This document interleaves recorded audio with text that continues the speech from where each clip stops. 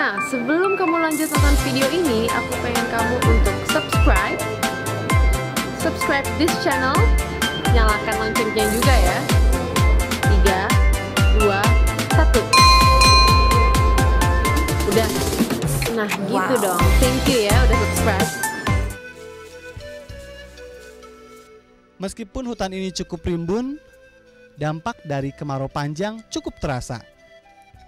Mencari air menjadi pilihan yang tepat bagi saya kali ini. Ya. Gimana nih Mas? Sungainya kering banget ini. Lihat tuh pemirsa. Walaupun sungai ini sekarang sudah sangat kering dan tidak ada sedikit air pun di sini, tapi ada beberapa satwa yang masih bertahan hidup di sini.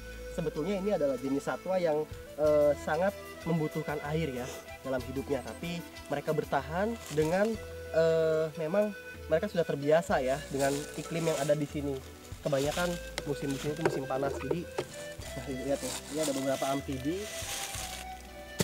Nah, lihat ini adalah katak hutan ya. Ini adalah jenis katak, bukan kodok. Kalau kodok itu kulitnya itu lebih kasar, sedangkan ini lebih lembut dan licin. Ini adalah katak.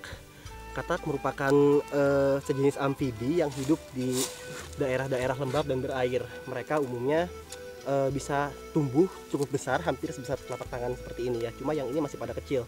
Dan tempat kayak gini tuh benar-benar disenengin sama reptil kayak ular ya. Mulai dari jenis ular-ular beracun ataupun ular yang tidak beracun. Sekarang Panji pengen menjelajahi lokasi sungai kering ini menuju ke arah sana. Mudah-mudahan Panji bisa menemukan beberapa satwa liar yang hidup di sekitar sini. Ayo Mas, antar dulu ya. Wow. Mas. Lagi jauh. Ini. Coba Mas, coba. Oke, ini jenis ular yang beracun nih Mas. Harus coba untuk angkat nih. Lihat, sekarang Anda bisa lihat ular ini memiliki bentuk kepala yang berbentuk segitiga beserta tubuhnya yang berwarna hijau terang. Warnanya yang hijau membuat ular ini mudah berkamuflase di antara dedaunan hutan, seperti di pucuk-pucuk daun seperti ini. Sedangkan ciri-ciri ular hijau yang berbisa atau yang berbahaya itu terletak pada ekornya yang berwarna merah. Nah, di Indonesia ada banyak sekali varian atau jenis ular hijau yang hidup di negara kita ini. Tapi yang berbahaya hanya beberapa jenis saja, jadi nggak semuanya berbahaya. Luar biasa ya. Tuh, lihat tuh.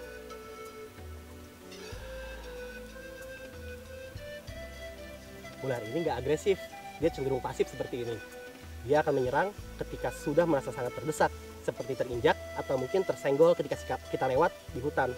Makanya kalau kita lewati hutan, kita harus jeli melihat setiap batang pohon yang ada, karena takutnya ular ini lagi diem nih di situ untuk tidur. Nah, sekarang kita lepasin lagi ya. Oke kawan, bye bye. Ular hijau memang predator yang ganas di kelasnya. Hal ini disebabkan kandungan bisa di reptil yang satu ini merupakan hemotoksin dan neurotoksin.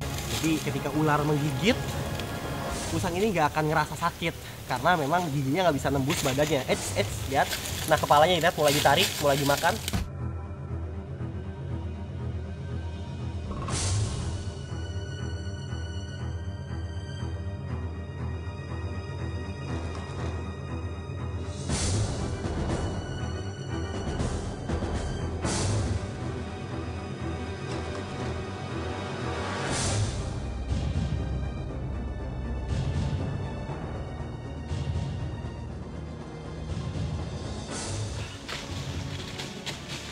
Mas.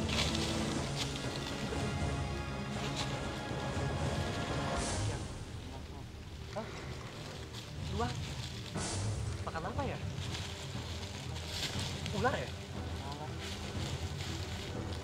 Lihat nih, seekor luwak atau musang bulan lagi memakan seekor ular yang sedang apes. Selain memakan buah-buahan, musang ini juga hobi memakan daging ya. Dia akan memakan daging apapun, mulai dari satwa kecil sampai ke satwa besar seperti ini.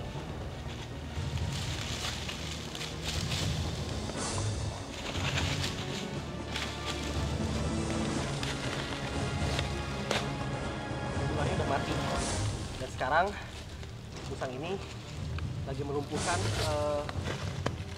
ular satu ini, mulai dari kepala hingga bagian tengah tubuhnya, dan perlahan-lahan musang atau luwak ini akan mematahkan bagian demi bagian tulang yang ada di tubuh ular itu supaya ularnya benar-benar lumpuh dan bisa dimakan. Proses ini akan berlangsung sangat lama dan mungkin tidak seluruh bagian tubuh ular ini yang dimakan habis oleh musang ini. Paling sisa setengahnya, karena ini musang yang belum terlalu besar ya, masih kecil. Umumnya satwa seperti ini memiliki bulu yang sangat tebal, jadi ketika ular menggigit, musang ini nggak akan ngerasa sakit karena memang giginya nggak bisa nembus badannya. Lihat, nah kepalanya lihat mulai ditarik, mulai dimakan. Mas, pelan-pelan mas, jangan gerak terus mas. Dia lagi concern makan tuh, lihat. Rahang ularnya mulai ditarik, mulai dicubit sedikit demi sedikit, dan nanti ketika si ular ini sudah lunak ya, dia akan mulai memakan potongan-potongan kecil dari daging ularnya. Luar biasa nih. Lihat, walaupun masih terbilang belum terlalu besar ya, masih remaja, tapi keliharannya sudah sangat terlihat karena memang dari kecil ia dibesarkan di hutan. Dia masih bingung nih mulai dari mana memakan ular ini, karena memang kulit ular, apalagi ini ular besar ya, itu alot dan keras. Jadi taring musang yang masih muda sulit untuk merobek dan juga memotong bagian demi bagian daging yang ada di ular itu. Pertarungan antara ular melawan musang memang kerap kali terjadi di alam liar. Dalam rantai makanan, biasanya musang merupakan pemenang dalam pertandingan melawan reptil lanang sapi ini.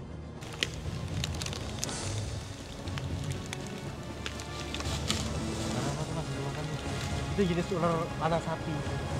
Ular lanang sapi ini tergolong ular yang nggak beracun, dan kalau gigit musang ini pun ketika giginya bisa tembus, ular ini nggak akan mematikan lah untuk si musang ini sendiri. Dan selain itu daging dari ular lanang sapi ini juga tebal mas, jadi lebih empuk lah buat makanan si musang ini sendiri. Nah, musang memiliki pertahanan yang kuat, ya, memiliki rahang yang kuat, memiliki cakar yang kuat, dan memiliki bulu dan kulit yang sangat tebal. Wah, sebuah pengalaman yang sangat berharga karena Panji bisa melihat langsung tempat berkumpulnya satwa liar ketika mereka melewati musim panas atau musim kering. Umumnya mereka tersebar ya dari masing-masing tempat yang berbeda. Mungkin musang ini bisa dari hutan di sebelah sana, ular ini bisa dari hutan di sebelah sana. Tujuan mereka adalah satu, mencari makanan. Ular mencari katak, katak mencari air, sedangkan musang mencari ular untuk dimakan. Lalu predator dari musang ini sendiri apa ya? Bisa macam-macam, bisa kucing hutan, terus bisa satwa liar besar lainnya juga yang bisa memburu musang ini. Dan perlu Anda ketahui bahwa predator dari semua satwa liar ini, predator sejatinya itu adalah manusia.